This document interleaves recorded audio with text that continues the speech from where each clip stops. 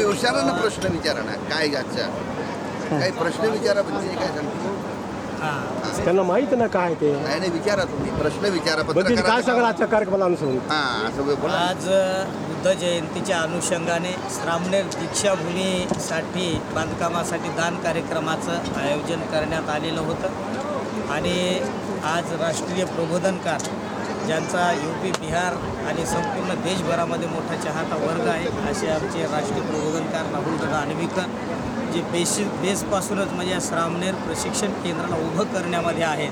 त्याच्या पहिल्याच कार्यक्रमात त्यांनी लोकांना आव्हान केल्याच्यानंतर लोकांनी लाईन लावून सुरुवातीला 2016ला दान दिलं होतं. आमच्या तेव्हा डोक्यात होतं हे प्रशिक्षण केंद्र उभं करायची जागा घ्यायची. दादांनी आव्हान केल्याच्यानंतर मी सांगितल्यावर त्यांनी आव्हान केलं. लोकांनी हजारो रुपये लाईन लावून त्या ठिकाणावर दान दिलं होतं आणि आजसुद्धा म्हणजे दादाचा प्रबोधनात्मक कार्यक्रम झाला. लोकांनी म्हणजे काहींनी लाखामध्ये घोषणा केल्या, काहींनी आर्थिक दान नगद स्वरूपामध्ये सुद्धा या ठिकाणावर दिलेलं आहे. ते आकडा आम्ही सांगूतच. आणि गगन मलिक जे धम्मदूत संपूर्ण जगभरामध्ये आज म्हणजे त्यांचं नाव लौकिक होत असताना आपल्याला बघायला मिळतं आहे.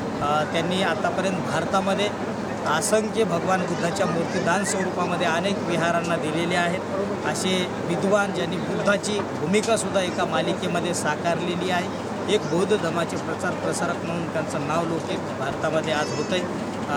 अध्यक्ष सिद्धार्थ हाती आंबेरे आणि डॉक्टर गगन मलिक जी यांनी परभणी ते चैत्यभूमीपर्यंत थायलंडचे 108 भंतेजींना आणून परभणी ते चैत्यभूमीपर्यंत महापदयात्रेचं आयोजन केलेलं होतं. लोकांमध्ये भिक्षूंना बघितल्याच्यानंतर श्रद्धा उत्पन्न झाली होती. अनेक लोक रस्त्यावर हात जोडून त्यांच्या स्वागतासाठी म्हणजे उभे होते. तर मला वाटते बौद्ध धर्माच्या प्रचार प्रसारासाठी भिक्षूंची संख्या वाढणं भारतातही गरजेचं आहे. मी थायलंड, श्रीलंका, भूतान, बांगलादेश अनेक बौद्ध राष्ट्रांमध्ये जाऊन आलो. लाखोच्या संख्येमध्ये भिक्षूंची संख्या पाहायला मिळत असते. त्यामुळे संपूर्ण राष्ट्र बुद्धिस्ट आपल्याला पाहायला मिळते. तर म्हणून आपल्याही भारतामध्ये भिक्षू संघ वाढला पाहिजे. त्यामुळे श्रामणेर प्रशिक्षण केंद्र आपण या ठिकाणावर उभं केलेलं आहे. अनेक मान्यवर या ठिकाणावर येतात, भेटी देतात. कलेक्टर साहेब असतील, SP साहेब असतील, म्हणजे खूप मोठे मोठे अधिकारी आपल्याकडे व्हिजिट करतात. आजच्या कार्यक्रमाचे उद्घाटक म्हणून नांदेड जिल्ह्याचे कर्तव्यदक्ष अधिकारी आदरणीय अविनाश कुमार साहेब यांची उद्घाटक म्हणून विशेष उपस्थिती राहिली. त्यांचंही मौलिक मार्गदर्शन या ठिकाणावर लोकांना मिळालं. तर अशा प्रकारे विविध कार्यक्रमाचं आयोजन बुद्ध पौर्णिमेच्या अनुषंगाने श्रामणेर दीक्षाभूमीसाठी दान कार्यक्रम म्हणून आयोजित केला होता. आणि दिनांक 21 तारखेला मानत्यागी पूज्य भदंत जे ताडोबाच्या जंगलामध्ये राहत असतात, वाघांच्या सान्निध्यामध्ये असल्यासारखं ते जंगल आहे आणि तिथं ते ध्यान तपस्या करत असतात. असे ज्ञानज्योती महास्वामी यांची 21 तारखेला म्हणजे 19ला त्यांची धम्मदेशना आयोजित केलेली होती आणि दादांचा प्रबोधनाचा कार्यक्रम, परंतु काही अडचणीमुळे ज्ञानज्योती भंतेजींची पुढची तारीख त्यांनी 21 तारखेला मी येतो म्हणाले. तर 21 तारखेला पूज्य भदंत ज्ञानज्योती महास्थवीर यांची धम्मदेशना इथं होणार आहे. हजारोच्या संख्येनं आपण दिनांक 21 मे 2026 रोजी इथं उपस्थित राहून धम्मदेशनेचा सुद्धा लाभ घ्यावा. तर या ठिकाणी अशा प्रकारे कार्यक्रम. भंतेजी, हे जे दीक्षाभूमीचं जे काम आहे ते किती कोटीचं आहे आणि कधी पूर्ण होणार? हे 3.5 कोटीचं काम आहे. आणि हे जे श्रामणेर दीक्षाभूमी आहे, कारण बाबासाहेब आंबेडकर, राहुलदादा आणवीकर यांचं म्हणजे मी जे प्रबोधन आहे ते आज ऐकत नाही.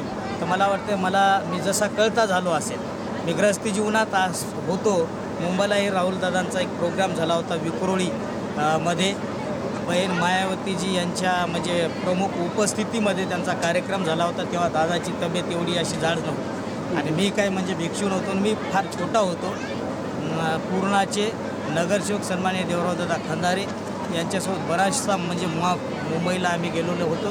त्या ठिकाणावर दादाचा प्रबोधनाचा कार्यक्रम होता आणि तेव्हाच मला असं वाटत होतं की राहुलदादा एखादा स्वाभिमानी गायक आहे आणि हे स्वाभिमान पेरण्याचं काम त्यांनी केलं. बाबासाहेब जेव्हा वाचत गेलो, बाबासाहेबाचा जो स्वाभिमान आहे की बाबासाहेब आंबेडकरांनी, बाबासाहेब एका ठिकाणावर म्हणतात की स्वाभिमानी लोग ही संघर्ष की भाषा समजते हैं, जिनका स्वाभिमान मरा होता है वो लोग गुलाम होते हैं, मुर्दा लोग मिशन नहीं चलाते और जिंदा लोग मिशन को रुकने नहीं देते. बाबासाहेबांनी भरलेला ठासून स्वाभिमान ते आज आमच्यामध्ये उतरला.